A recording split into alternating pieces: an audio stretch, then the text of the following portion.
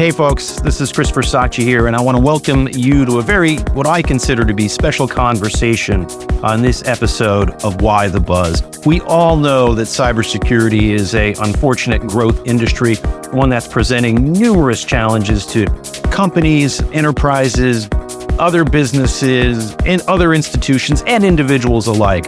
But in our conversation with Scope Technologies, we're going to learn all about the quantum threat when it comes to cybersecurity, something that seems to be poised to explode cybersecurity demands even higher. And joining us to talk all about that are Sean Prescott and James Young of Scope Technologies. Scope is a company that focuses on quantum security and machine learning and leverages the power of neural networks. So sit back, join me as well as Bob Lang and Lindsey Bell as we talk with Scope Technologies and find out a lot more about the words quantum and entropy. Hang on. You know, Bob and Lindsey, I got to tell you, I am super excited today. I know you guys know it, but for all the listeners there, we are going to be talking with the management team at Scope Technologies. This is a company that focuses on quantum security and machine learning, leveraging neural networks. That sounds like a lot of high-tech stuff. I grant you, but I think that between Sean Prescott, the founder and CTO, and James Young, the CEO, they're going to help us understand what Scope is doing and what the opportunities are ahead. So Bob and Lindsey and everybody else listening, please welcome Sean and James to our conversation. Welcome to the show. Great to have you here. Thanks, guys. It's kind of a busy time. I know we've got several weeks towards the end of the year. Companies are doing a lot of planning and stuff like that, but very happy that you guys could join us because the topic of security it's a huge pain point, especially cybersecurity. It seems like almost every day there's some new attack. If you're reading Bleeping Computer or some of the other sources out there that are the de facto trade rags of the day, it's just a unbelievable growth industry and just continues to spawn new levels of cybersecurity spending. I think Gartner just increased its outlook for IT security spending over the next 12 to 18 months. So it's a very opportune time to talk about Scope, but also introducing quantum security and neural networks to the audience. So James, tell us from your perspective who Scope is and really what it's trying to do. Yeah, so really what we do in the most succinct manner is we protect data. That is what we do. We protect data.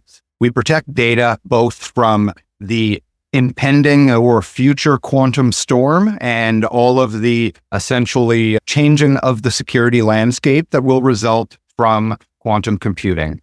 As quantum computing grows in its strength and prevalence, ultimately it has the ability to make all current cybersecurity and encryption processes obsolete. All right, let me just back you up because protect data. Well, there's a lot of companies out there in the cybersecurity landscape that are trying to do that. What separates Scope apart from them? Great question. So as mentioned, as I said, we protect data both now and into the future. The fundamental of our technology, which Sean, of course, will get into in a moment here, is our quantum resilient entropy and our quantum resilient encryption, as well as our fully decentralized immutable storage. Now, again, I'll save the technical depth for Sean as far as entropy and the discussion of, well, what is true entropy? How does it differ from what has always been utilized? But with what we do is we ensure that companies now are able to have full round-trip encryption on all of their data, as well as full decentralized storage, meaning it is impervious to all ransomware attacks and the current attack vectors that are happening right now. It also ensures, because it is based in true non-deterministic entropy, quantum-resistant entropy and encryption, meaning that when the bad actors have full access and control of the quantum-powered computers, they cannot be attacking any of our clients' infrastructure due to our full round-trip quantum-resilient encryption and decentralized storage. We know that there's not going to be press releases put out by the bad actors and various groups around the world saying, we now have the power to break all encryption. there won't be those sorts of announcements. It will just start happening. And we're getting closer and closer to that. And again, as you guys have probably seen, variety of news articles of some attacks that have been going on already. And the power and prevalence of the quantum computer is becoming closer and closer to reality. So that attack risk is absolutely there. All right, James, let me just, so we're all on the same page. And by us, I mean Chris, me, Lindsey, Bob, but the listeners. You used two words quite a bit in there. And I just want to make sure everybody has an understanding of what they are. Quantum and then entropy. Beautiful, beautiful. And that's a great segue for Sean to go into his background, exactly what those are and what we're doing with them. Absolutely. Yeah. So entropy and quantum, right? Let's take a step back. Obviously, computer security, network security, et cetera, has been an evolving science, just like computers and the technology therein over the last decades, right? It's definitely become more mainstream and accepted that we do have hackers out there. It's called a full-time job nowadays. Back in the day, otherwise, it was an underground organization, something that you wouldn't want to call yourself to the open public because it was just a dangerous thing to be doing. Nowadays, full careers and obviously infrastructures, including industries, have been built upon the security world. And as the science evolves from stronger and better computers that can crunch numbers faster and more in parallel, especially with decentralization out there, the next step in the evolution really is the quantum step. And this quantum step is a total different paradigm of how computers even work. The ones and zeros that we know from the computer and the electronics world for all this time is moving into the zeros, the ones, and the 0/1. So this is the quantum kind of world. So it's hard to compare, but bringing it back to, let's say, the more sophisticated, but those still bird's view overview, what this means is we prepare for the future of these kind of new level of attacks where these quantum computers can just slice through, let's call it the classic security and encryption frameworks that have been established now and throughout the last few decades. What we do here in particular is we use our NIST certified hardware. We adapt to our special drivers or special software and our very, very custom and proprietary distribution system so that we can bring this level of security, this what we call entropy, being an integral part of how these keys and passwords are being generated. We can bring this entropy directly to our clients wherever they are in the world, if they're in the cloud or on-premise and whatever geolocation they're at, we can provide that to them at breakneck speeds. That's what we do, and we do excellently so. And we do it in a way where it's non-intrusive, it's not a rip and replace kind of a thing. We do it in a way that helps clients build upon our technology rather than have to depend on our technology. So that's the paradigm of our system. Thank you, Sean. Let me sneak one more question before Bob and Lindsey start asking. When we talk about this change from, I think, as you said, current computing technology to quantum computing technology, where are we in that shift when it comes to cybersecurity? And where are you as Scope in that shift?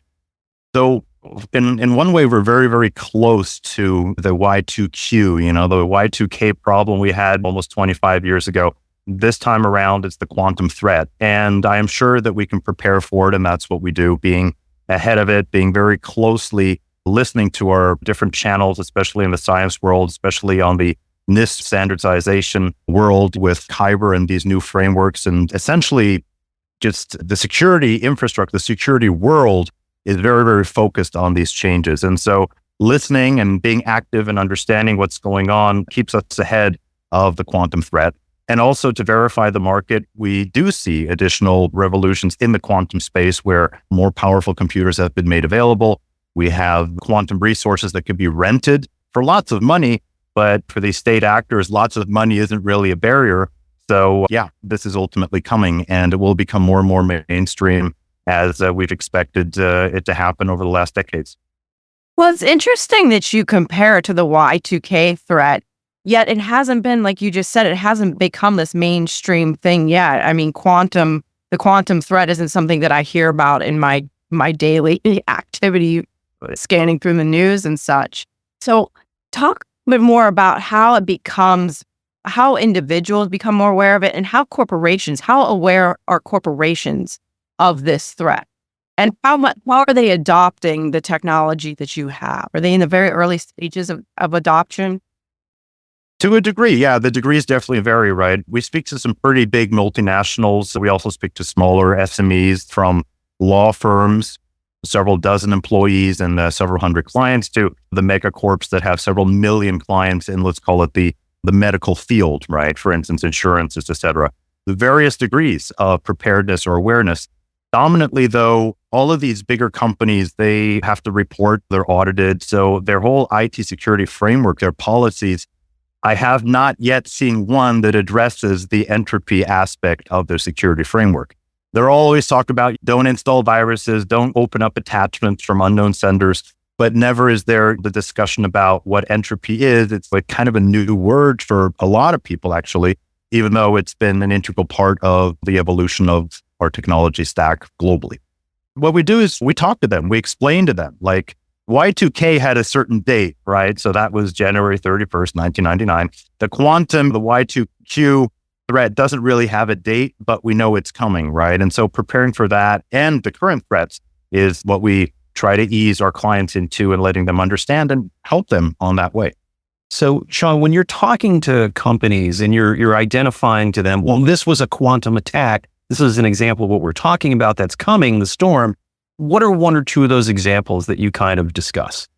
It's lesser about what is per se exactly a quantum attack, but we show what a quantum attack could break, even though they might have thought of all the surrounding systems and security measures. What we usually do is we assess their current technology stack, especially when it comes to their data, and look at how they store their data and where they store their data, and apply, let's say, current threats, especially the ransomware attacks or the DDoS attacks by just overflooding their system with requests and shutting it down, and then address that in a primary layer. With our solution, the quantum attack is already protected because we explain to them what we do on the entropy level, why and how we secure additional keys for their data as a security backup layer in case everything else fails, a CrowdStrike situation happens, or there's some mega regional outage over in the East Coast or West Coast. So that is where our paradigm of data storage being decentralized, though verifiably secured, round trip, not just end-to-end, but round trip secured. That's the kind of approach that we take. And in that, the discussion of quantum and why we're already building that in, not even as an optional, it is happening. You're getting this no matter what, and it will benefit you in this way in the future, right? Well, and you talk about how security threats are constantly changing. So your technology has to constantly change. How does that impact you from a cost perspective? Because you have to remain on top of things, innovative and evolving along with these threats. Yeah, that's why our model is a SaaS platform, right? Software as a service or entropy as a service. That is how we position ourselves in the market. So for the recurring revenue aspect of it, the company provides a consistent and constant evolution of the software stack, the system stack, the hardware stack. And we constantly listen to our clients on one side on what they need and what they want and cater to them directly. On the other side, we are very close with, again, the legal frameworks, the new DORA compliance that indicates very clearly that you have to have disaster recovery and these kind of backup mechanisms in place. These are legal frameworks that companies have to adhere to. So when these companies go through these audit processes, we make sure that they don't hit the wall later in, let's say, the next update because they didn't think about entropy. Moving forward, this is going to be the de facto standard where if you do not have heightened or strengthened entropy when building keys or generating secure keys, you will automatically fail. And so we're in a very unique position here to be able to provide that as a market's first, and very proud of it as well. My question, Sean, is about AI. And obviously, a lot of people say quantum AI is coming and it's not there yet, but earlier adopters are going to have some sort of a competitive advantage here. Do you see an opportunity for your company to support some of the software and so forth for quantum computing and AI, which may be complementary but not compatible, but different components in a stack of tools? Do you see an opportunity there? 1,000%. In fact, we have that directly as an integral part of our system. So a bit of the company history, back to one of the first questions, is where do we come from? And we come from a very strong background in security, but also on the AI side of things, right? AI and algorithms go together extremely well. And encryption and obviously the entropy sourcing mechanisms and optimization therein is where AI can excel. So we're literally in the middle of extending and expanding our optimization algorithms for delivering the entropy to our clients using what we already have as an AI tech stack. So we're moving that and merging that into each other to just really be the most efficient and obviously most secure dominantly system out there on the market. Who are your biggest competitors in this space? Because you have the cybersecurity companies, but who's doing quantum security? There are different customers that have spoken about different security vendors, right? So the field is kind of set upon different niches out there, right? You got the auditors, you got the penetration testers, the security analysts, you got all of those markets out there. You got hardware vendors, the HSM manufacturers, those are hardware key systems that you can buy and use and obviously take care of certain key management parts of your infrastructure. But I think where we're unique is that we've built an entropy delivery system that can be verified to be magnitude stronger and better than any standard randomness any normal computer can generate. Based on that, we've built a distributed and ransomware-proof storage network system, distributed, that you can also verify that you supply your keys, you encrypt the data, we're just the ones distributing it and making it available globally, and we have no access to your data. So the trust but verify paradigm is extremely strong, and we've been layering upon our own tech stack to build further products, and we'll continue to do so. So uniquely, we have combined multiple strengths from, let's say, what different competitors individually can offer, but we've packaged that in an eloquent and very useful package for our individual clients, really tailored to exactly what they need for being compliant, but also being more efficient and definitely more safe with very, very sensitive data, especially in the medical field or the financial field, legally as well. You don't want wills and contracts to be sent around by email anymore. That's about as secure as a postcard. So we're doing our best to teach people that there is a better way, and our way is that way. So are you saying basically that you could put your technology, your platform, your program on top of, say, a Google Cloud or iCloud or whatever it is where the data is in the cloud space?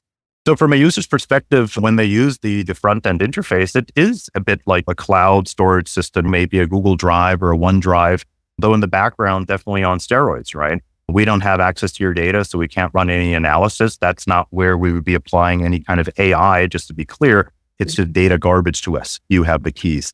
But from a user's perspective, where you just drag and drop your files, you can download them, you can share them, just like you'd expect from any other interface from, let's say, a potential storage competitor, that's there.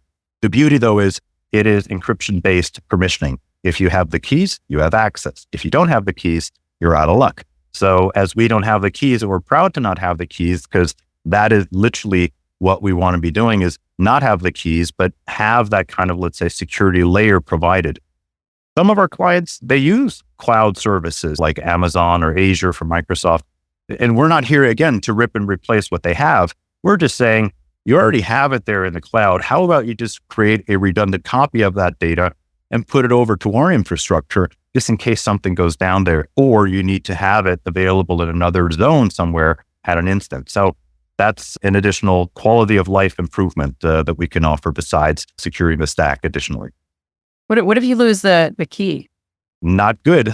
In that setting, losing a key means losing access, right? That is the case. Though there are recovery mechanisms that we can offer, especially to the white labels, as we call them. So for instance, if a client like a law firm would like to be a direct business partner of ours, they would get their own instance of the system in their own brand on their own domain, right? Powered by QSC, right? That's fine, and powered by scope, but it would be in their own brand. And so for these companies, there can be an additional recovery key that can be set up with perhaps an insurance or an escrow in case somebody would lose their key or lose access to their data. But on a normal encryption-based security framework, if you lose your key, you lose access. That's what it is. So we can't help you there. Please don't lose your keys. I think just as I'm listening and just thinking from the listener's perspective, it feels like we should maybe dive in a little bit more into entropy as we're talking about and some of the prior methods of entropy, because ultimately, when we're talking quantum computing and all of our technology and what we do, it can get into science experiment style. And again, the number of people around the world that truly understand quantum computing and the qubit and its power and the rest are pretty minimal, certainly Sean being one of them at the top. So I think something that's important for everyone to understand is, as complex as the topic is, it really is as simple as there is a weak point in encryption. The standard encryption methodology has a particular weak point, and that weak point is the entropy or pseudo-randomness that is within standard encryption. And that's really one of the basis and fundamentals of what we do and what we provide. So maybe, Sean, if you want to sort of dive in a little bit to that.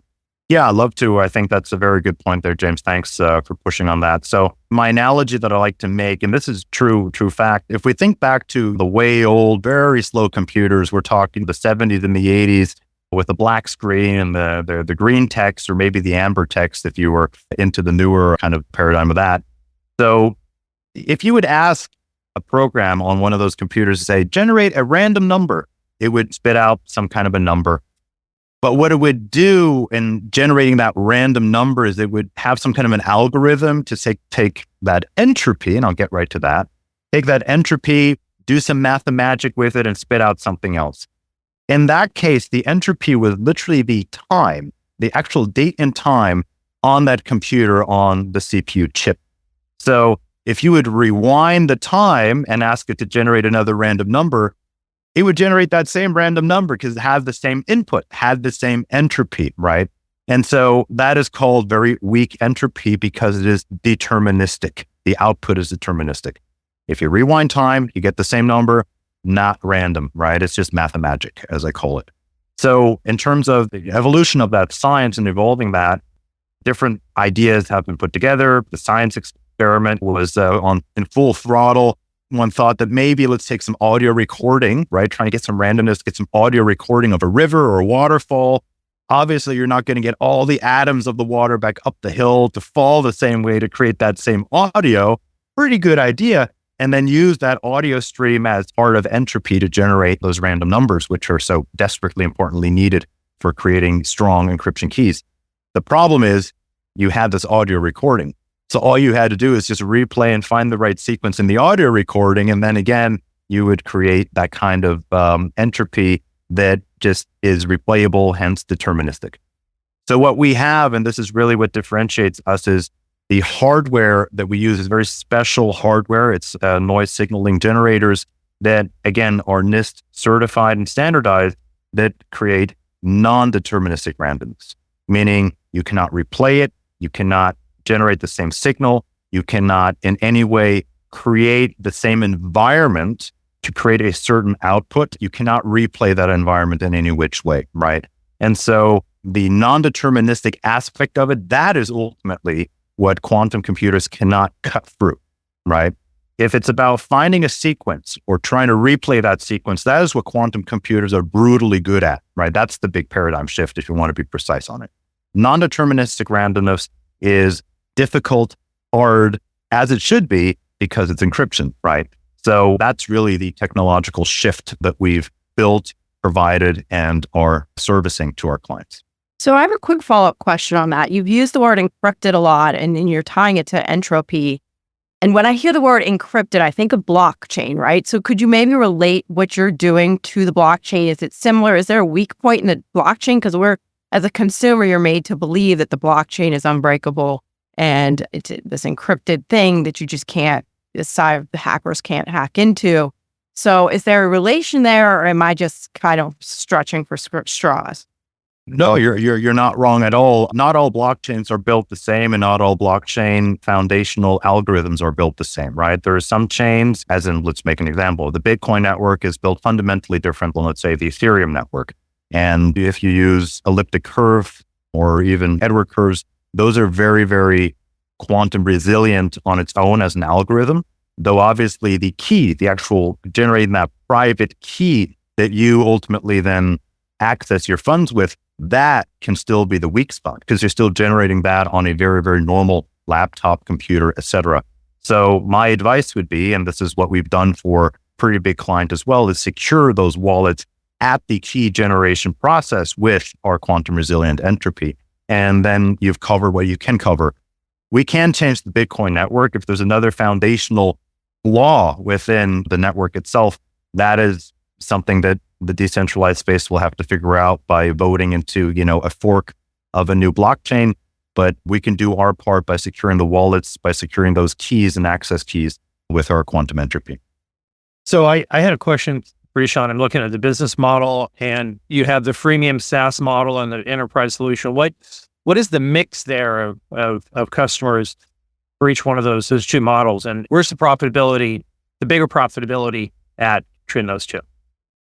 So in my career, the most, let's say, profitable, or let's put it the way that I find has been most successful has been the B2B2C market. So the captive markets of the enterprises that then ultimately have a white label solution, therefore have 10,000 clients, 100,000 employees, whatever it is, they will be using the system in that capacity, meaning that instead of going for the retail market, and that's a great market too, but the faster, easier, and then obviously integration-wise more interesting because you're much more closer to a major client and what they want and what they need.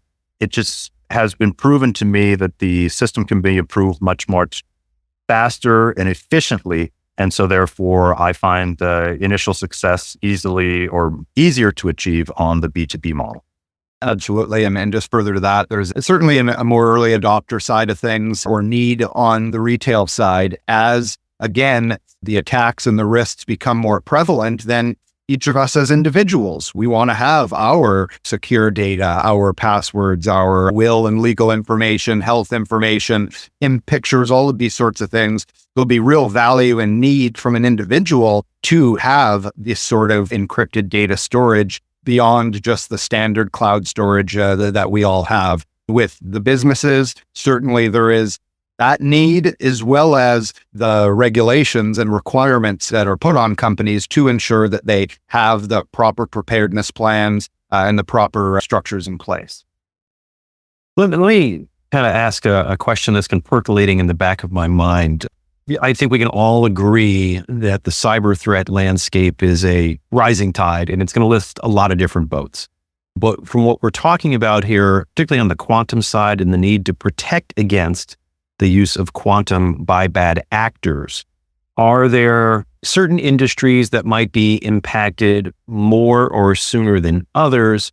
In other words, if someone's following scope, where are they likely to see you win customers and deploy your technologies?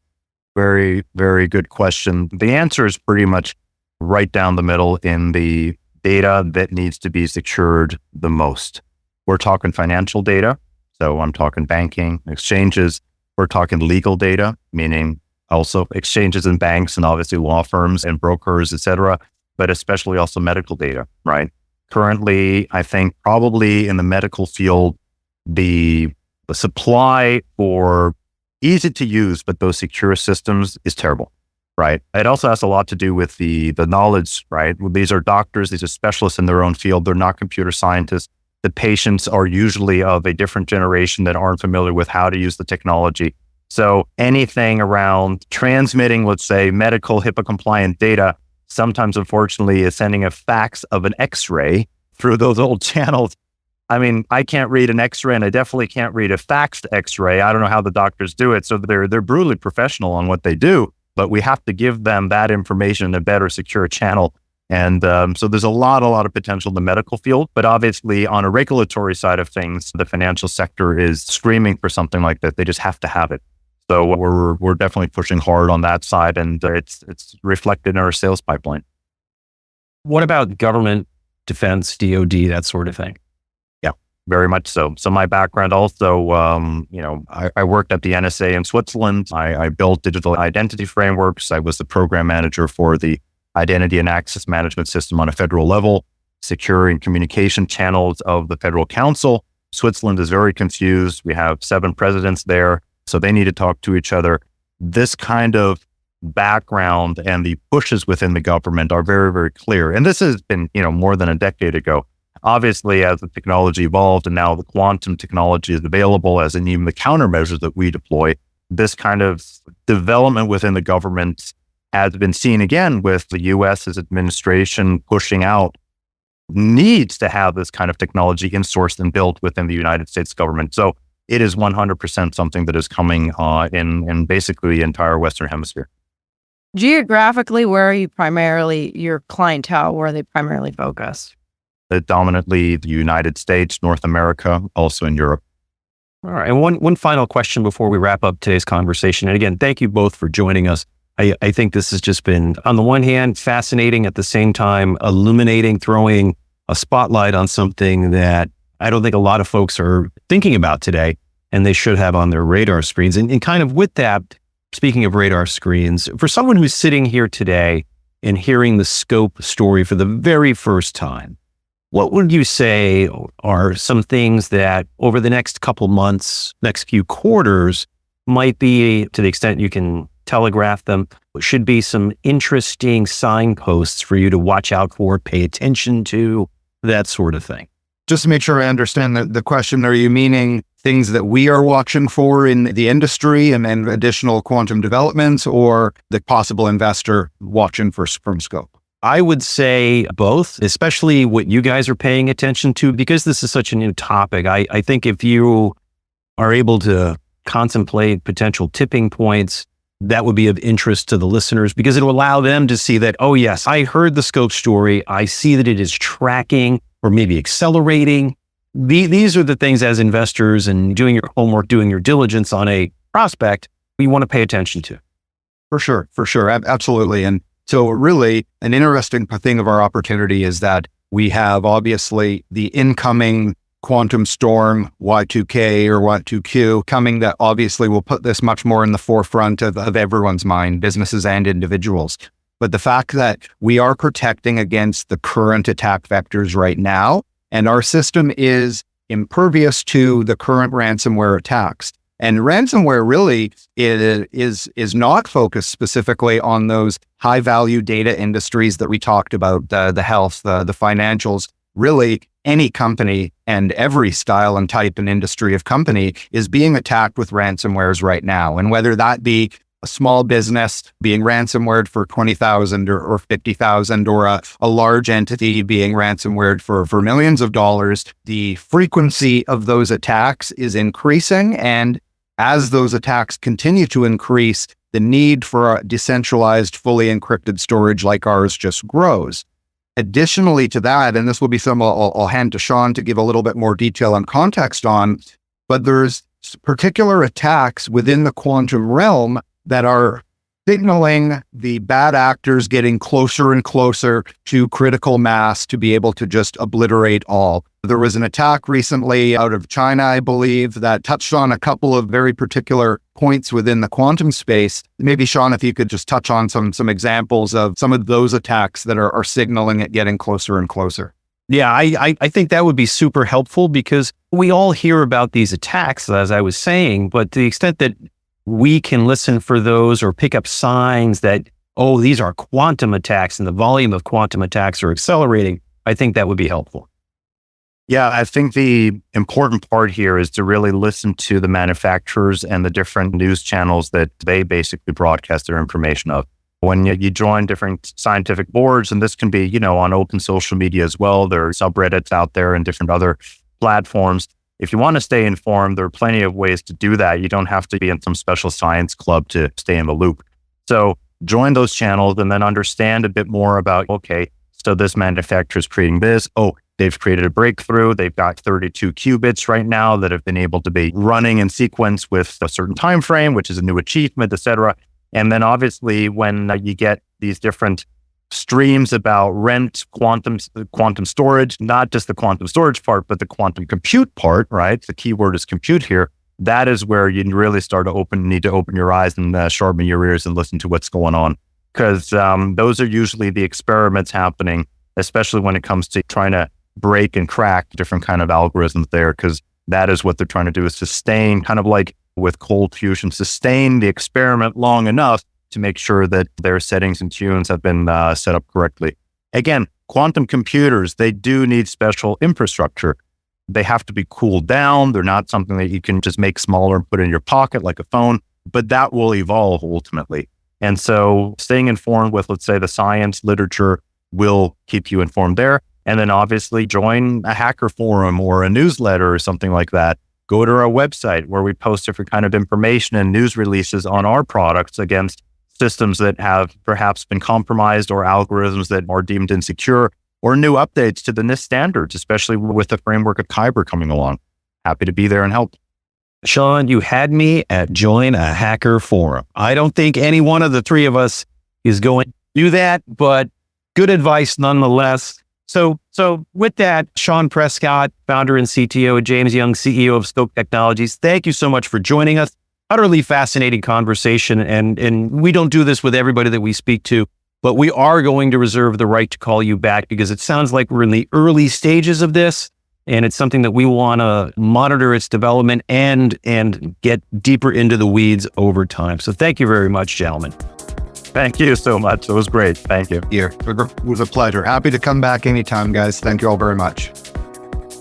All right, Bob. All right, Lindsey. We just wrapped up our conversation with the folks at Scope Technology. And I got to tell you, between Sean Prescott and James Young, wow, my mind was blown on the topics of quantum and entropy. I am so glad that we actually came back during our conversation to talk a little more about what entropy is.